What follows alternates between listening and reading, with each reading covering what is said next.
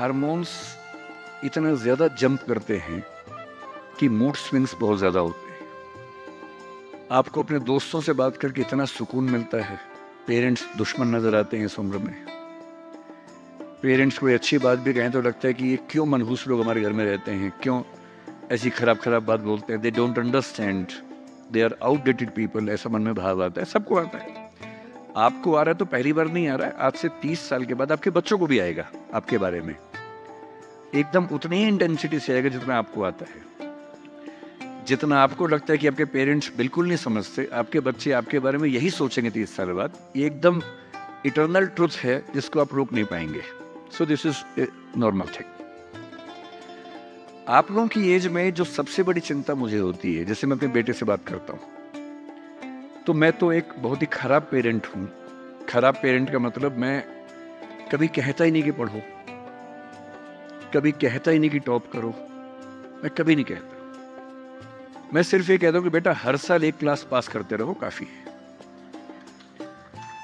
बस इतनी sound preparation मत करना कि मैं 8वीं क्लास 2 बार में करूंगा, ऐसा मत करना, एक ही बार में कर लो। और मैं कभी परसेंटेज पूछूंगा नहीं आपसे, मैं पूछता भी नहीं, हालांकि वो बता देता है, लेकिन मुझे उसमें इंटरेस्ट है नहीं। वट एवर परसेंटेज ही gets. And we also have a daughter, I mean I am not the biological father, she is a relative's daughter, so she lives with us. हम दोनों बच्चों से बोलते हैं कि हम कभी नहीं पूछेंगे परसेंटेज क्या है, ना हम पूछते हैं, ना हमारा इंटरेस्ट है। हमारा इंटरेस्ट केवल इस बात में है कि वो बेहतर ह्यूमन बींग्स बन जाए, क्योंकि मैंने जिंदगी को बहुत अच्छे से देखा है। और मैं एक बहुत ही खराब स्टूडेंट रहा हूँ स्कूल में, बहुत बदमाश, शरारती, कम पढ़ने वाला। पर दिमाग इतना था कि 10 दिन 20 दिन पढ़ के अच्छे नंबर आ ही जाते थे। तो मेरा दिमाग कहता था कि जो काम 10 दिन का है उसके लिए साल क्यों खराब करूं। जब 10 दिन में हो ही जाता है तो 10 दिन खराब करेंगे उसमें। और दूसरी बात, ओवर द इयर्स मैंने ये सीखी है कि जो मैंने स्कूल में पढ़ा था उसमें से बहुत कम जिंदगी में काम आता है।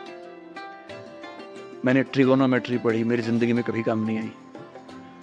मैं कभी थीटा बीटा लगा ही नहीं पाता कहीं पर भी, आज तक यूज नहीं किया मैंने थीटा, कहाँ थी यूज करूं, काम में नहीं आया। मैंने दुनिया भर के नक्शे रटे थे स्कूल में, कहीं काम नहीं आए। जब किसी देश में घूमने जाता हूँ वहां का नक्शा देख लेता हूँ और बचपन वाला याद भी नहीं आता, फिर से देखना पड़ता है। सीधी सी बात है। तो मैंने फील किया कि ज्यादातर चीजें जो स्कूल में हम पढ़ते हैं, कॉलेज में पढ़ते हैं, वो जो नॉलेज है वो जिंदगी में बहुत काम नहीं आती। जब काम आता है वो और चीज है, मैं उस पर ज्यादा बात करूंगा आपसे। लेकिन मेरी चिंता एज ए पेरेंट, और क्योंकि आप बच्चे उसी उम्र में हैं, मैं लगभग 50 साल का हूं, तो आप मेरे लिए लगभग उसी रोल में हैं कि आप मेरे बच्चे जैसे हैं। क्योंकि जो बच्चे होते हैं ना, अपने पेरेंट्स से बड़ी नफरत करते हैं, दूसरों के पेरेंट्स की सुन लेते हैं बात। तो आप मेरी बात सुन लेंगे, अपने घर में नहीं सुनेंगे। जैसे मेरा बेटा मेरी बात नहीं सुनता है, वो शायद यहाँ सीएम साहब की बात सुन लेगा। तो दूसरों की बात सुनना आसान होता है, अपने पेरेंट्स की बात सुनना मुश्किल होता है। तो आप सुन रहे हैं इसलिए मैं सुना रहा हूँ आपको। तो जो कहानी मैं आपको सुनाना चाह रहा हूँ एक रियल कहानी है, और मेरी सबसे बड़ी चिंता अपने बच्चों को लेकर, आपको लेकर वही रहती है। मैं जब भी कोई कहानी सुनाता हूँ, नाम, जगह, वो सब बदल देता हूँ ताकि किसी की प्राइवेसी पर हमला ना हो। सबकी राइट टू प्राइवेसी है ना। एक बच्चा था जिसको मैं जानता हूँ, बचपन से जानता हूँ, बहुत ही जबरदस्त आर्टिस्टिक बच्चा, म्यूजिक का उस्ताद। उसके घर में लगभग सब लोग म्यूजिक के उस्ताद थे, इंस्ट्रूमेंटल म्यूजिक, वोकल म्यूजिक, हर चीज में अच्छा, पढ़ने में भी ठीक, बढ़िया। और जब हम स्कूल में थे, वो मेरी क्लास में तो नहीं था, थोड़ा सा अलग क्लास में था, पर स्कूल में बहुत पॉपुलर था, being into music. I was in debating, he was into music. और बाद में उसने हमारा स्कूल छोड़ भी दिया कुछ समय के बाद, फिर वो कहीं और चला गया, फिर हमारा मिलना नहीं हुआ। उस समय ना तो व्हाट्सएप था ना यूट्यूब था, तो बाद में मिलने का स्कोप भी नहीं रहता था। जो एक बार चला गया वो चला ही जाता था उस समय। अब तो बच्चे जिंदगी भर दोस्त रहते हैं। फिर जब मैं दिल्ली यूनिवर्सिटी में आ गया, ग्रेजुएशन कर चुका था। उसके बाद अचानक मुझे एक बचपन का दोस्त मिला जिसने मुझे एक इंटरेस्टिंग क्या डेवास्टेटिंग बात बताई। तो बात चल रही थी कि स्कूल के दोस्त कहाँ कहाँ हैं, क्या कर रहे हैं। तो बातों बातों में उसका जिक्र भी आया। तो मैंने बड़ी उम्मीद से पूछा, मैंने कहा वो तो बॉम्बे चला गया होगा, फिल्म इंडस्ट्री में चला गया होगा। तो मेरे दोस्त ने पूछा कि तुम्हें नहीं पता उसके बारे में? मैंने कहा नहीं। उसने कहा यार वो जेल में है, and he was one of the most creative students of our school. मैंने कहा जेल में क्यों है? बोले सच में नहीं पता। मैंने कहा सच में नहीं पता मुझे। लोग ग्रेजुएशन करने के लिए जब गया तो पता नहीं क्या हुआ, उसकी थोड़ी संगति खराब हो गई। बैड कंपनी जिसको हम बोलते हैं, जो इस उम्र में अच्छी लगती है, वही वाली। कॉलेज लाइफ में थोड़ी बहुत बैड कंपनी सबकी होती ही है, हल्की फुल्की होती है, एक सामान्य बात है। अच्छा, बच्चा बच्चा ना रहे ये भी तो अच्छी बात नहीं है ना। थोड़ा बचपन तो जीना भी चाहिए, थोड़ा शरारतें करनी भी चाहिए। पर किसी किसी का दुर्भाग्य होता है कि ज्यादा हो जाता है। उसके साथ ऐसा हुआ। मतलब 1000 लोग जाएंगे तो उनमें से एक आध वापस आएगा, वो भी इतने मुश्किलों से जो ऑलमोस्ट इम्पॉसिबल है। I have seen many such cases. Social welfare department से मेरे कई दोस्त ऑफिसर से, तो मैं उनसे जब पूछता हूँ बताते हैं मैंने ऐसे लोगों को देखा है 10-10 साल से स्ट्रगल कर रहे हैं एडिक्शन से बाहर आने के, नहीं आ पा रहे, खत्म हो गए हैं। उस बच्चे को ड्रग्स की आदत पड़ गई कॉलेज में जाके, पेरेंट्स को पता ही नहीं था। तो जब पेरेंट्स को भनक लगी तो उसको दबाव बनाया कि तुम घर आ जाओ। अब वो जिस कंपनी में था, दोस्तों वाली कंपनी में, वहाँ अब ड्रग्स बहुत महंगे होते थे, पैसे घर से बहुत कम आते थे, जितने पैसे एक मिडिल क्लास फैमिली दे सकती है। अब वो घर से ज़्यादा पैसे मांगने लगा, पैसे मिलते नहीं थे। उसको अपने ही घर के लोगों पर गुस्सा आने लगा।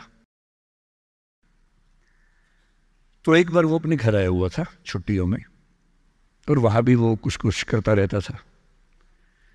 उसके पेरेंट्स ने उसको बहुत समझाया कि बेटा ऐसा मत करो, और एक दिन इस बात पे झगड़ा बढ़ गया। भाई आप पेरेंट्स की चिंता समझेंगे आज से 30 साल बाद, जब आपके बच्चे इस एज में होंगे ना, आपकी नानी मर जाएगी उस समय। नानी मरना एक मुहावरा है, इसका मतलब बहुत चिंता में रहेंगे उस समय आप। और उस दिन पता नहीं क्या हुआ, एक झगड़ा हुआ, क्योंकि जो एडिक्शन के शिकार हैं उनका दिमाग उनके कंट्रोल में नहीं होता है। यहाँ तक कि जो ड्रिंक करते हैं, ड्रिंक एक लेवल से ज़्यादा कर लें तो दिमाग कंट्रोल से बाहर निकलने लगता है। ड्रग्स में तो ये एलिमेंट बहुत ज़्यादा होता है। और आधी रात को उसने क्या किया, उसने अपनी फैमिली के 5 लोगों का मर्डर कर दिया। मर्डर। उसने खाने में जहर मिलाया, लगभग सब लोग उससे मर गए। एक मेंबर नहीं मरा क्योंकि उसने खाना खाया नहीं उस दिन, तो उसको उसने अलग से मारा। और ये बात है जब उसकी उम्र लगभग 17-18 साल की थी, या 19 के आसपास रहा होगा।